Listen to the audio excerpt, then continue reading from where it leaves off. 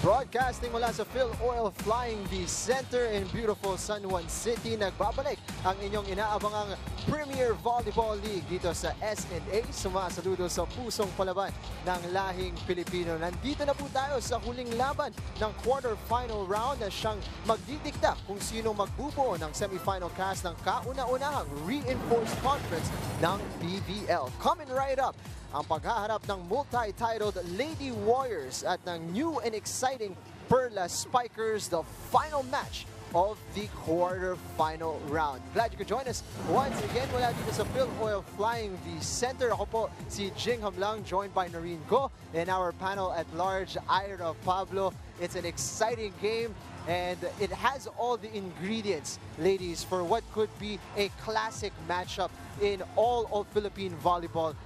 Extremely high level of play mula sa dalawang koponan, and of course, so much on the line between these two teams. Yeah, you know, we have to mention the importance of today's game because sabi mo nga earlier, the outcome of today's game will determine which two teams will join the Water Defenders and the Power Smashers in the semifinals. Now, of course, maganda din yung timing ng paghaharap ng dalawang koponan. Aside from being so much on the line, both teams coming from wins, Ira, which means maganda ang timing ng paghaharap ng dalawa. Tama ka nga dyan, Jing and Noreen. It is day 16 of the inaugural Reinforced Conference. And just a recap of the two teams na maghaharap ngayong araw na ito. The Lady Warriors improved their standing to 2-0 by defeating the Cool Smashers. Habang ito namang Perlas Spikers stayed alive by winning against the Lady Jet Spikers, which gives them a chance to enter the semifinals. So tama ka nga sa sinabi mo, Jing, that both teams are trying to maintain their winning momentum. Pero after this match, isa lang mananalo. So let's see which of these two teams will emerge as the winner. Dahil sa recent na pagkapanalo ng Cool Smashers over the Jet Spikers, lusot na sila patungo sa semifinals, pero sobrang dikit pa rin ng labanan dito sa quarterfinal round. Let's take a look at the updated team standings, where you will see extremely tight between the Lady Warriors and the Perlas Spikers, both still with an opportunity to move through into the semis. Yeah, like you said, the Cool Smashers with that win is 2-1. We gotta mention also, we gotta look at the points. No, 6 points already for the Cool Smashers. Lady Warriors 2-0 with 4 points. Perlas Spikers 1-1 with 3 points, and the Jet Spikers 0-3 with 2 points. And it's very important we have to mention the points because that will determine really who's gonna go to the next round. Well, let's take a look at the scenarios kung paano nga ba posibleng lumusot ang dalawang koponan. Of course, slight advantage going to the Lady Warriors. Ang importante lang para sa kanila, kailangan manalo. Yeah, if they win, they're in.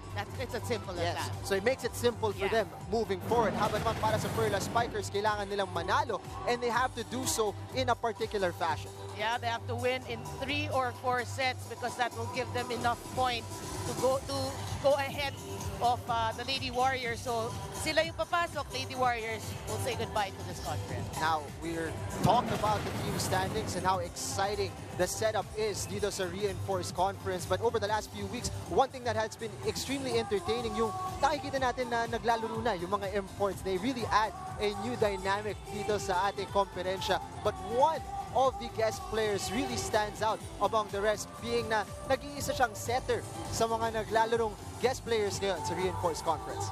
Tama ka dyan, Jing. Ang nag-iisang setter import ng Perlas Spikers ay nanggaling sa Okayama, Japan.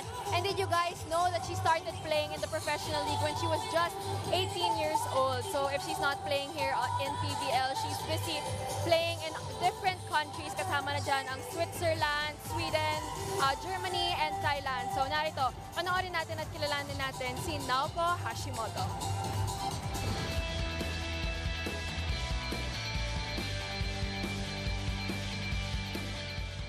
And our guest player from Japan, Naoko Hashimoto.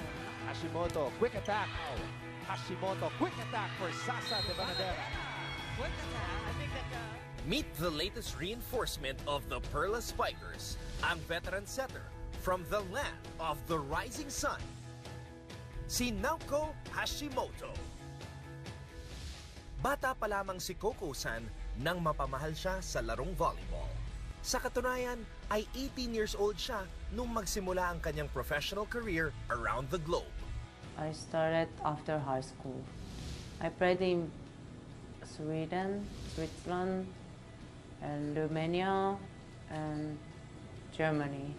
Kabilang sa kanyang international experience ang kanyang status bilang mainstay sa Japan national team. At 2013, nung masungkit ng kanyang kupunan ang silver medal sa Asian Championship.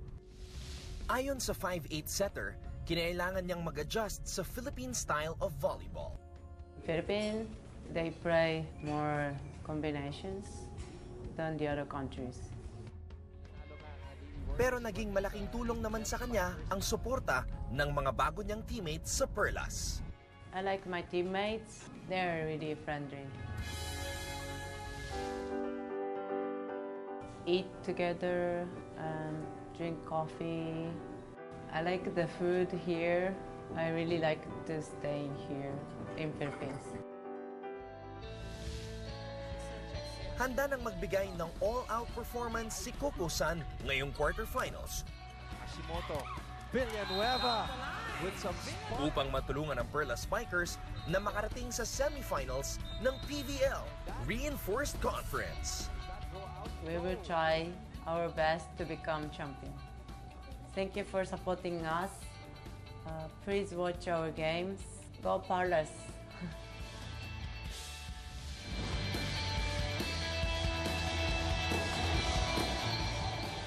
Para sa ating mga manonood, you can tweet us at ABS-CBN Sports at makisali kayo sa aming usapan by using the hashtag PVL on ABS-CBN. You can also check out exclusive photos on our Instagram account, that's at ABS-CBN_sports. And don't forget to stay updated on all things Premier Volleyball League. You can check out the #1 sports website here in the Philippines. Of course, that's sports.abs-cbn.com. At mga kapamilya, ito na ang pinaka-exciting na part, pinaka-favorite ko, ang Ron.com. Siguradong kikiligin lahat ng mga girls dito dahil day 3 na nagpapadala itong secret admirer ni Melissa Kohing. Ayan. So, ang update sa pagsisend ng flowers ay nagbigay na ng mensahe itong si JB. Yan ang kanyang initials. May hashtag Gohing to watch and Gohing to say hello. Ayan. Pinost ni Melissa Gohing sa Instagram account niya yung naunang 2 bouquet. Tinanong ko siya kasi consistent na white roses yung flowers. Tweet pala dati ni Melissa na she doesn't like flowers but white roses make an exception dahil nagustuhan daw niya yon nung kinasal yung kanyang brother sa Dubai. Kaya very consistent itong si JB. Kaya direct na natin kung makukunan natin itong si JB. Ayan, nakikita naman natin ngayon ang photo booth sa loob ng San Juan Arena. Observant itong secret admirer ni Melissa Gohing. Aabangan natin kung sino nga ba ang itong si JB dito sa Phil Oil Flying V Center. Alright, we're gonna pause for a short break. Sa aming pagbabalik, hihimayin namin ni Noreen Go ang paghaharap ng Lady Warriors at ng Perlas Spikers. Don't go anywhere. Stay right here sa SNA.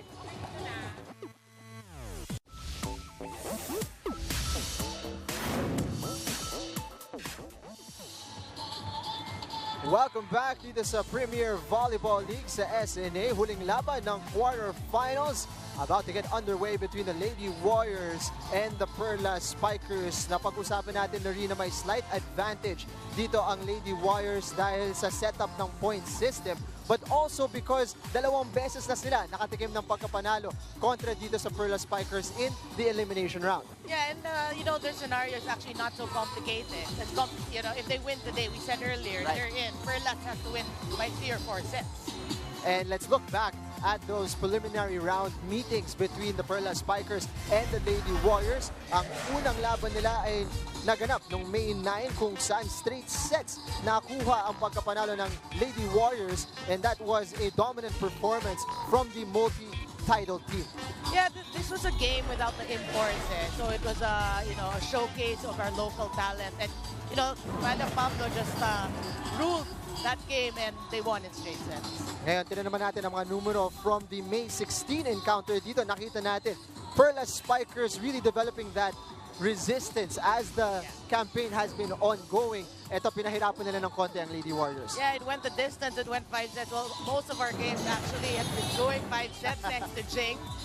No, but in that game, you look at the numbers, very important. The Lady Warriors was ahead in terms of spikes, 54 to 50, but blocking. They really did it in defense, 10 to 4. But one thing they have to focus on today's game is their first ball. They gave away 14 aces to the Cool Smashers, but then they served 7 themselves. Opponents' errors, one thing they also have to minimize is their errors, because they're playing against a formidable team. So, you know, in today's game, they want to be picture perfect. And this is the last match against the Cool Smashers na lumusot na patunga sa semifinals. So nakikita natin the margin between these teams in terms of quality talagang dikit-dikit dito sa PVL Reinforced Conference. And you spoke about that game on the 30th of May against the Cool Smashers kung saan 5-setter yun para sa Lady Warriors.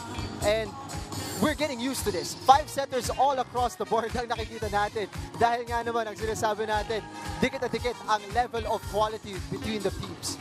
Yeah, I mean, it should. But with the addition of the imports, the competition really becomes different. You know, it becomes more exciting. The rallies are longer, and then these are actually the numbers I spoke of earlier.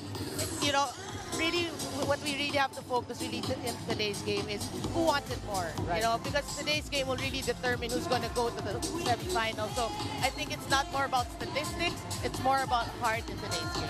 And one thing that the Lady Warriors can bounce or lean on in this game, of course, yung import nila na grabe ang mga output of scoring in the last 2 games. Si Michelle Strizak, 30 puntos ang nakuha niya in that last outing against the Cool Smashers. 29 of those coming from spikes. She has been on a roll in the last 2 games. 30 points are monster numbers, you know. But any player, you know, and the way she's playing, really, she's leading her team. Very inspirational, actually, her way of play, her brand of volleyball. That's why their team's looking good and they're hoping to win today. What is the secret to her fantastic performances? Nakasama siya ni Ira Pablo kanina. Panoorin natin to. Michelle, you had another huge game, this time against the Cool Smashers. How did you do it with such ease? I think as each game goes on, I'm getting really more comfortable with our team and how they set and how they move. So I thought our setter, G, and Mel did a great job setting me, and I was able to move around and stuff. By winning this game, you have a chance to get a spot in the semifinals. How did your team prepare for this match? We definitely watched a lot of video. We haven't played Perlas with their reinforcements, and I haven't played against them at all. So we had to watch a lot of video of them playing Air Force and Cream Line and see their tendencies. Thank you so much, Michelle. Balik sa inyo, Gina Noreen. Looking forward to seeing the American Michelle Strizak in action today kontra sa Perlas Spikers. Ngayon, puntahan naman natin ang kalaban ng mga Lady Warriors. We talked about the Perlas Spikers being one of the most difficult teams to overcome. Grabe ang resolute nature ng kupunan na to at nakuha nila ang pagkapanalo kontra sa Lady Jet Spikers in their last match. Another 5-set war para sa Perlas Well, Spikers. di naman pagtaka na 5 sets din yon, because again, all their matches has been going the distance. At least most of them. In that game, they won in 5 sets, no? 3-2. Look at the numbers. In spikes, they actually lorded it over 57 to 42 in blocks and serves, but the opponent's errors really, that's 43 huge errors for them, and that's one thing they really have to correct in today's game. And you know, for the Perlas Spikers, they want to start strong. They want to try to maintain their level of playing, because you don't want to give, you know, the Lady Warriors any momentum in today's game. So they're hoping to start strong today. Especially with so much on the line, important to minimize the errors in this game. Now, one of the keys sa kanilang pagkapanalo in the last game ay ang kanilang import na si Hupia Inc. We talked about Michelle Strizak having a great game. Hupia Inc. matching that with her own 30-point performance. Grabe ang ipinakita ng Brazilian import ng Perlas Spikers. Yeah, it really goes to show head-to-head. We're talking about 30 points versus 30 points. So today, who's going to score 30 points will probably lead their team to victory. Now, we spoke to Hupia Inc. earlier on. Tinanong namin tungkol sa kanyang matchup against Michelle Strizak. Ira Pablo was with her. Pakinggan natin to. Hupia, what was the secret to your big game against the Lady Jet Spikers? I believe that the secret was the work that we put on it before coming to the game. So we've been practicing really hard. Like I feel that the team is really focused, and we had a really great practice before the game. So I believe that is that, you know, like the hard work you put in, and you're ready for the game. Today you're going up against the big-time scorer Michelle Stryzak. What are you going to do to put up with that matchup? I don't think I can tell what we're going to do. But for sure, she's a great player. You know, like we've seen all the games, she's been the top scorer, and we really trained yesterday to be able to try to get our block system right for our defense to get, to know where to be and try to touch as much balls as we can, because she's a tall player. So, and we don't have that, that type of player. So we really hope we can make our block system work and our defense as well. Maraming salamat, Hupia. That's thank you in Filipino. Balik sa inyo, Jing and Noreen. A battle between two of the most explosive scoring imports dito sa PVL coming right up, and we are excited to bring it your way. But first, don't forget to hit us up on Twitter. Remember, our hashtag is PVL and ABS-CBN, and at ABS-CBN Sports. Don't forget to tag us in all of your tweets. And if you'd like exclusive photos, check us out on Instagram. That is ABS-CBN_sports. All right. And of course, to stay up to date on everything, check out the #1 sports website sa filipinasports.abs-cbn.com. All right. All the build-up out of the way, coming right up, ang paghaharap ng Lady Warriors and ng Perlas Spikers, and we are excited to bring it your way. The tunes of DJ Jams providing the entertainment here in between the action sa aming pagbabalik. First set action, don't go anywhere.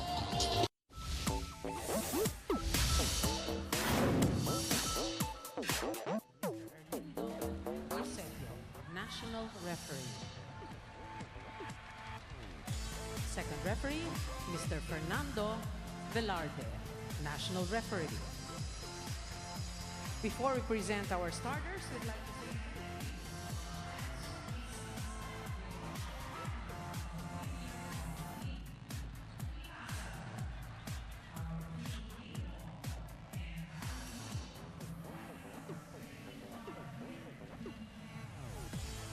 now let us welcome our Pocari Sweat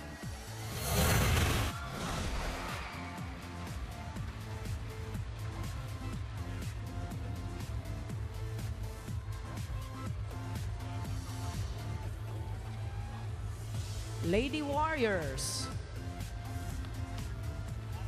Let's start off with their team captain, number 12, Giselle C. At number 16, Siemens Desiree Dadang. Wearing jersey number 8, Kai Nepomuceno. At number 7, Jeanette Panaga. Number 18, Myla Pablo. And their guest player from the USA, number 4, Michelle Stryzak. Libero, number 5, Melissa Gohing. Head coach, Mr. Romel Abella. Presenting our Perlas Spikers. Team captain is number 6, Angeline Marie Hervasio. Number 9, Amanda Maria Villanueva. Number 16, Rongo May Papa, Amy Ahomiro. Our guest player from Brazil, number 15, Hupia Inc. And our guest player from Japan, Naoko Hashimoto. Libero, number 8, Jarella Marie De Jesus. And number 7, Catherine Adrielle Bersola. Libero, number 8, Jarella Marie De Jesus. Head coach, Mr. Jerry Yee. This is match number 36 for the final round. May the Match number 36 sa Reinforced Conference ng PVL. The last one before we complete our semi-final cast. Ang labanan ni Romel Abella and ni Jerry Yee on the benches. And look at the players we have on the court. Extremely high-level volleyball we are expecting between the Lady Warriors and the Perlas Spikers. Well, you know, if we base today's game on previous matches, I think with you as my partner, we're gonna go the distance. I'm sorry, Jing. I think we're gonna go 5 seconds. Pinangungunahan mo naman, Noreen. Service ace to get things started para dito sa Lady Warriors. We talked about the reception woes of the Perlas Spikers. It's really something that they need to get right here in this game. Yeah, that's very important, really. The first ball. So you can set up your ace spikers like Lupia Inc. and Seer for Pocari Sweat. Back-to-back points for the Lady Warriors. Sumobra yung palo ni Hupia Inc. Papatuloy dito si Giselle C. at the service area. Good serve. Again, issue with the first ball there. Diretso sa libero yon kay De Jesus. Yeah. But you know, we gotta mention that that's Giselle C. She's known for her serves ever since she was playing FEU. So she's just showing us today, or reminding us that, hey, I'm a good server. And another one. That's 3 service aces to start this game para kay Giselle C. And that's enough for Jerry Yee to burn his first timeout. Pakinggan natin ang Perlas Spikers.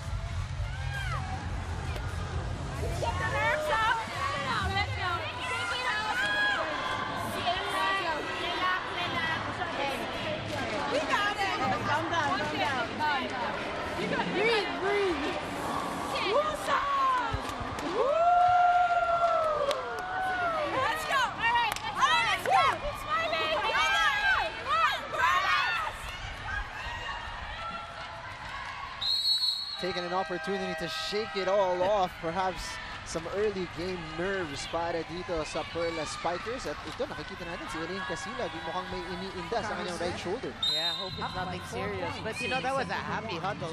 Talking about the Perlas huddle, I mean, you gotta love the way that they communicate. Because obviously they're good friends already. Right, right. Ball is out. Perlas Giselle C sends it out. Service error fresh from that timeout. Mabibigyan ng chance ditong makahinga ang Perlas Spikers after being bombarded by 3 aces from the FEU veteran. Yeah, that's a good timeout, obviously, by Coach Jerry. Babawi naman dito ng service ace si Amanda Villanueva at may chance tayo ngayong puntahan si Ira Pablo.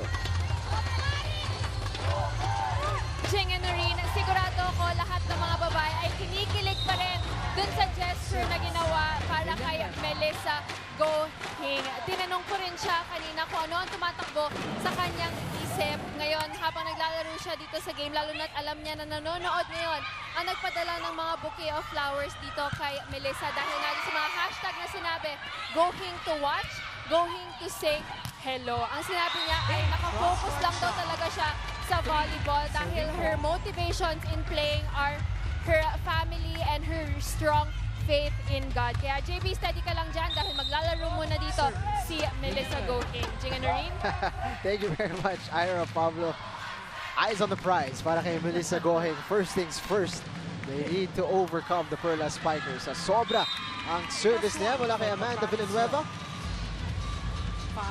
Yeah, 2 points separate both teams right now. You know, obviously very cold. Both teams are very cold, having problems with their first ball as we saw aces from both sides of the court. Strizak serve. Persola blocked at the net. They go backwards to Hupia Inc. Soft touch. Very well done by the Brazilian. She made it look really easy. You can see she delayed her drop. Extended arms. There's no problem there for Hupia Inc. Really sold that big well. 5-4. After being down 4-0 early here, the Perlas Spikers are level. Again, reception woes actually now plaguing both teams. Earlier it was Perlas with that. Now the Lady Warriors following suit. Battle at the net there. On by the Perlas Spikers. Dito ang second official. Si Fernando Velarde. A replay is requested. Replay of this serve. Back Bersola. No points awarded. Service, Bersola.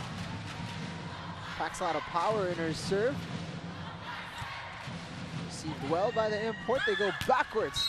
Nepomuceno. Net touch. Hervasho. Tatawagan ng net touch si Z Hervasho. Yeah, sayang. That was a great dig there. Yeah, pero ano, umami naman si Z. Forearms just rushing the tape. Service. Desiree Dadang to serve. Well received by De Jesus. Pomiro angling that from the middle. Buhay ba dito para sa Lady Warriors? Free ball now para sa Perlas Spikers. One-handed setup job by Hashimoto.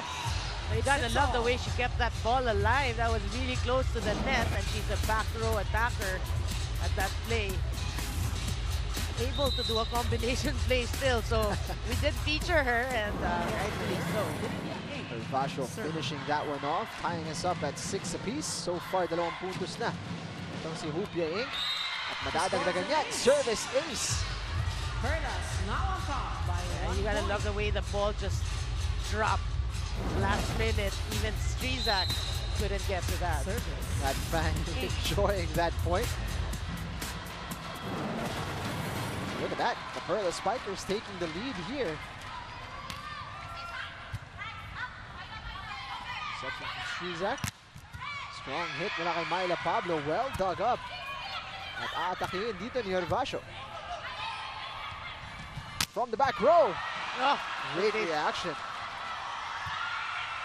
Villanueva keeping that one alive for the Perlas Spikers. The Jesus is there. Amanda Villanueva from the back row. Combination. It was deflected by Hashimoto. She goes backwards to Hupia Inc. What a rally we're seeing it's here. the longest so far. Hashimoto pupuntahan si Hervasho. Soft touch. Basang-basa ni Giselle C. Oh, And that was a difficult one to deal with. Hervasho attacking it well. Went straight back to her. still alive. This rally has no end. Hervasho finishing it off. Hervasho! What a point. Yeah, Jane, that's a great rally. Perlas Spikers ang mag-aatid sa atin into the technical timeout. They're up by 2, 8-6.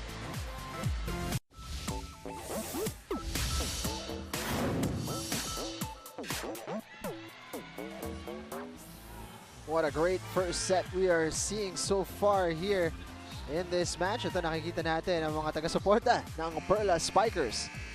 And right behind us, that's from Pocari, Tishola Alvarez, and the import. Selimovic, I believe. And Crystal Rivers is Yeah. there as well. And kanina nakita natin si Bea Tan at si Charo Soriano eagerly anticipating the result of this one. So far, they must be happy. After being 4-0 down, they've come roaring back. Up by 2 here. And Another good Villanueva. dig. Yeah. Villanueva showing a great digging game here so far. At hits the net. 7. Well, Ubia Inc. stepped on the line, so that's an automatic violation for Perlas. Kaina Pomoceno set to serve para sa Lady Warriors. Serving for Pocari.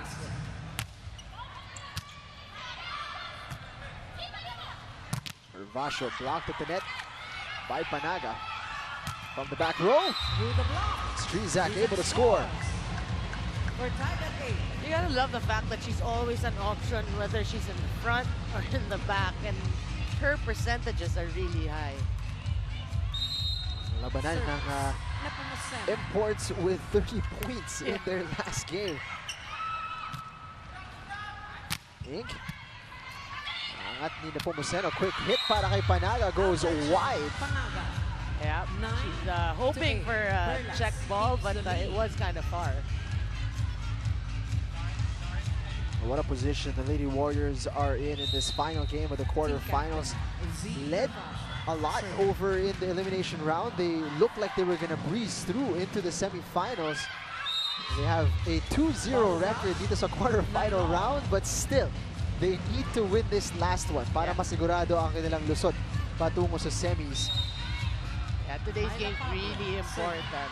Because, again, for those who just joined us, if the Lady Warriors win, they're in. If Perlas wins, they have to win in 3 or 4 sets. Munti ka nang naiangat yun. And now we have an opportunity to listen in to Alfred Valbuena and Billy over the live stream. We can see her now serving for the Lady Warriors. Yeah, ito rin si Myla Pablo. Talagang ang gandang pinakita nung last. Sobra. And kakagaling lang from an injury. Can you believe that? Parang walang nangyari. Tama. And, I asked her, sabi ko, ano ka, na-possess ka ba sa game na yun? Sobrang galing mo. Parang hindi ka na-injured. Tapos sinabi niya, nanggigil lang talaga siya. Sobrang na-miss niya kasi maglaro. Kaya talagang tinodo niya yung game niya. Yeah, minsan kasi alam mo yung ang tagal mo nakapagpahinga, nag-recover ka from an injury. So pagbalik mo maglaro ng volleyball or siguro any sport, talagang may excite kang laruin yung laro na gustong-gusto mo, mahal na mahal mo. Kaya siguro ganun ang napakita niya nun. Tama ka dyan. And you know what? Myla seems to be the lucky server for the Lady Warriors kasi naka-straight points nga sila. And fantastic conversation there between Billy Capistrano and Alfred Valbuena, and providing a different dynamic sa mga broadcast dito ng PVL. Exclusive multi-cam setup over the #1 sports website in the Philippines, sports.abs-cbn.com. Take the PVL with you everywhere you go. Yeah, you can view it in 3 different angles. Yeah. So check it out. 12-10, nabawi na ng Lady Warriors ang kalamangan dito. Ang tapik ni Giselle C. That was left-handed by Hupia Inc. That was actually Hashimoto into the second ball hit. That's why she's very deadly because she can do that. Yung isang dynamic ng kanyang laro na has been such a pleasure to watch. Yung aggressiveness niya at the net. So she's scrambling over and that one hit into the net. It doesn't cross. That was too far. Not her comfort zone. Talking about Strizak. 12 all. Service. Ahumiro. Both teams needing to claw for every point in this set. Strizak getting power on that one. Underhanded serve or setup there para kay Villanueva. And that one nakalayo kay Hupia Inc. And the matchup continues. Head to head. This time, Strizak gets the better of Inc. Talagang susubaybayan natin yung matchup na yan between these two imports. The lead just bouncing from team to team. Lamang na naman dito ang Lady Warriors, but that one going over mula kay Jeanette Panaga. That's one thing you don't want to do, not commit these service errors because it's a tight set. You want to get, make your own momentum. Guest player, Oko Hashimoto. Naoko Hashimoto.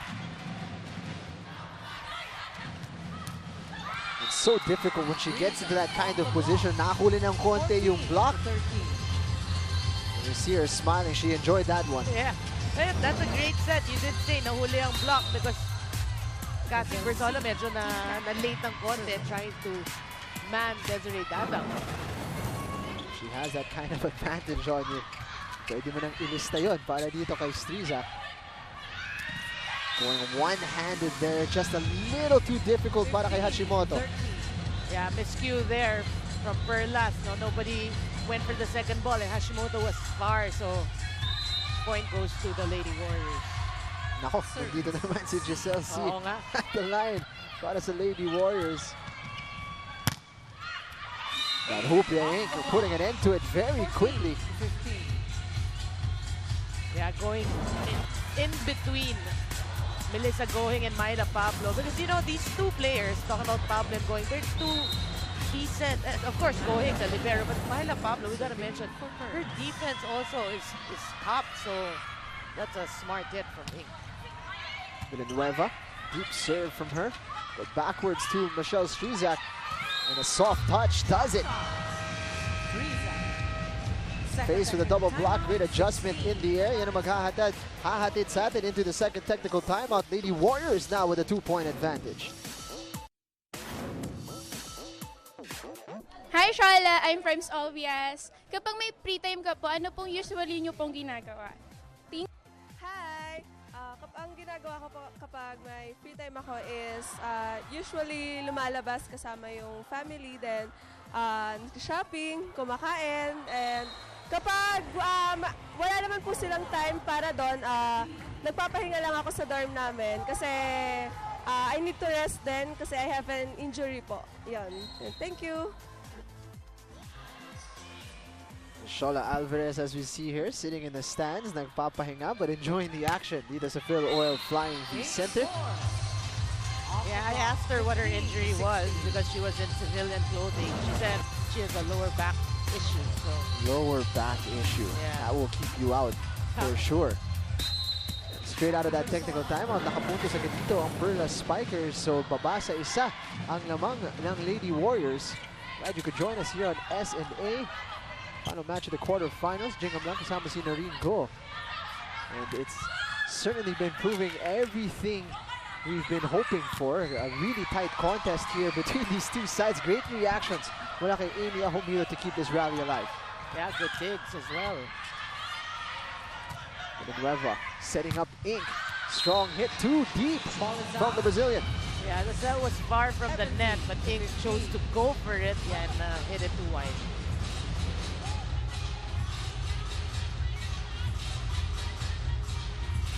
Desiree Dadang set to serve here para sa Lady Warriors. What a tempo we're seeing here in this game. Looking to angle that one, went too wide. 16. And we're seeing the numbers of Michelle Strizak already with 5 conversions. 59 or 56% conversion rate so far for the American. Yeah, but if you're the Lady Warriors, you actually have to be pleased that you're ahead by 1, given that Myla Pablo hasn't actually been scoring her numbers. So, looking good pa rin ang Lady Warriors. Tama, tahimik pa dito si Myla Pablo, and as if on cue, here she is. 16. It really amazes me when we talk about somebody and then they score. It's really talaga on cue. Substitution, Perlas. And there's going to be a substitution now here para sa Perlas Spikers. Hupia Inc. Uupo muna, papasok Sue Roses. Yeah, obviously for defensive purposes because Sue Roses also is a good defender. And right on cue as well, Sue Roses with a fantastic first ball. Ahomiro finishing off that one. Yeah, you like the connection between Hashimoto and Ahomiro. Perlas, 9 out. Against the double block, no problem for her. And now Nicole Tiamzon checks in for Amanda Villanueva. Team captain. Talaga kung titignan mo yung lineup ng Perlas Spikers, they have a lot of depth. Yeah. And a pretty young squad at that. As napalo yun mula kay Hashimoto. Naibalik dito ng Perlas Spikers. Great defensive play from the Japanese import there. And Tiamzon firing that one wide. 19 to 17. Yeah. She went this time. She went for the angle, but didn't catch the line.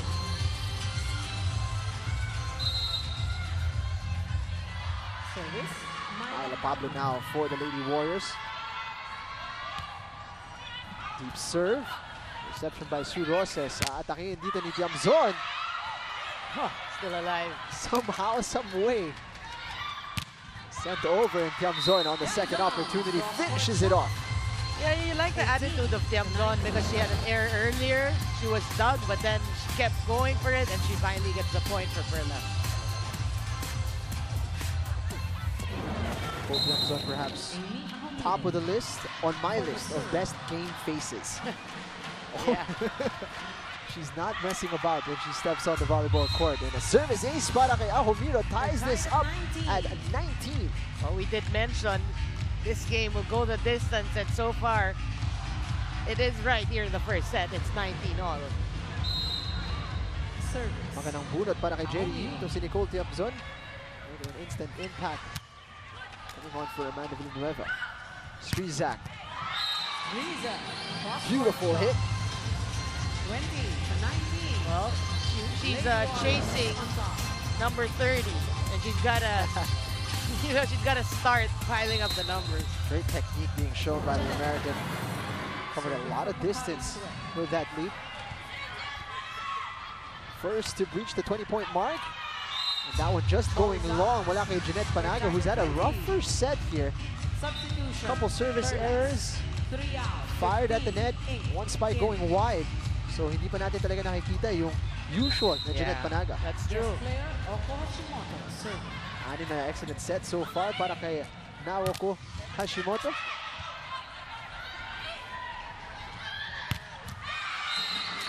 And Strizak almost unstoppable now. She's getting into her groove. You know, the blockers were there, but really so quick. We're talking about Ink and Bersola. 5 excellent sets naman para kay Giselle C. Regalo dun. Hindi na finish off ng Lady Warriors. Aatakin ni Hupia Inc. from the back row. Can anybody stop her?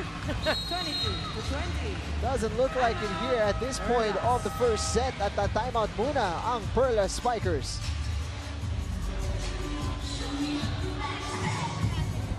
Just 2 points, 1%. Yeah, let's go. Ate, Spire, inside you box, Upia here you cross. Score now?